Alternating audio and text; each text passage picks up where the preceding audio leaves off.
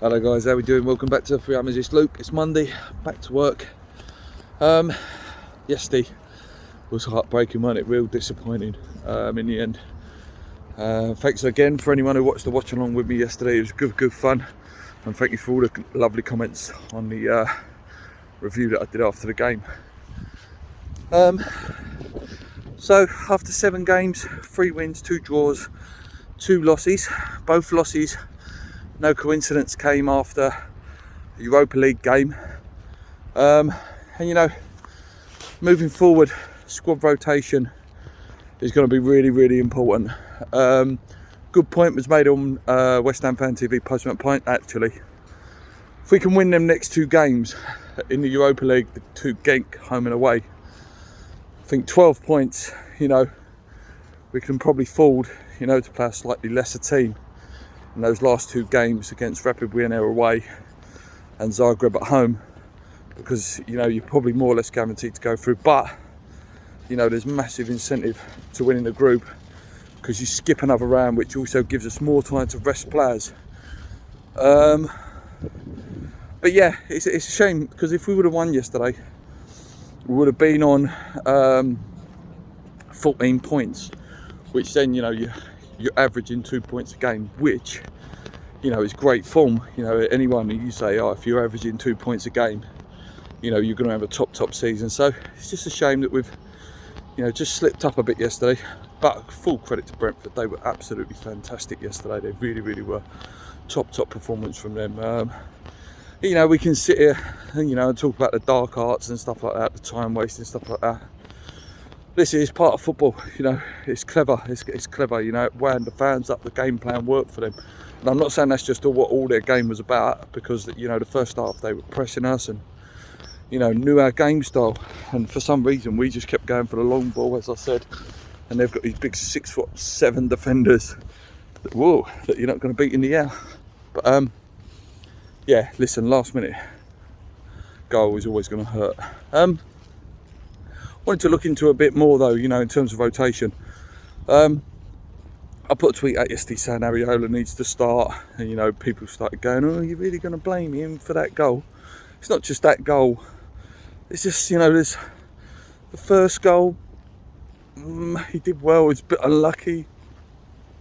And the second goal, maybe he should have caught that one, I don't know. It's just, there's been a few recently where it's just looked a little bit wobbly in terms of, you know, some of the say. I'd just like to see Areola start, and, you know, people might throw at me now that, oh well, Areola looked a bit wobbly in a couple of games. Maybe he has, but yeah, I think it's coming to a time where, you know, Areola just might need a chance to have a run in the Prem.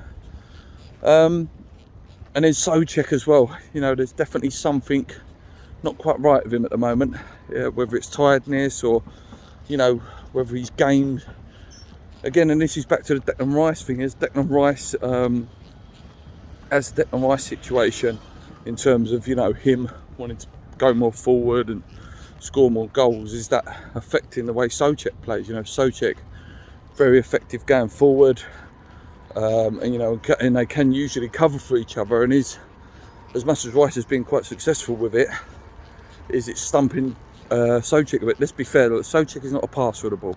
Souček is not going to pass the ball. He can, you know, he can spoil play, and he can be a nuisance in both boxes with heading, you know, getting it away and getting efforts on target. I don't know. He's one for me that needs a rest. I personally would have bought on Král yesterday, you know, when we just needed something a little bit different. Yeah, so yeah, he's definitely one, you know, we need to be thinking about. Yeah, one of the first poor performances from Sofal yesterday as well. But again, he's got plenty of money in the bank, you know, plenty of credit in the bank to you know, have a bad game.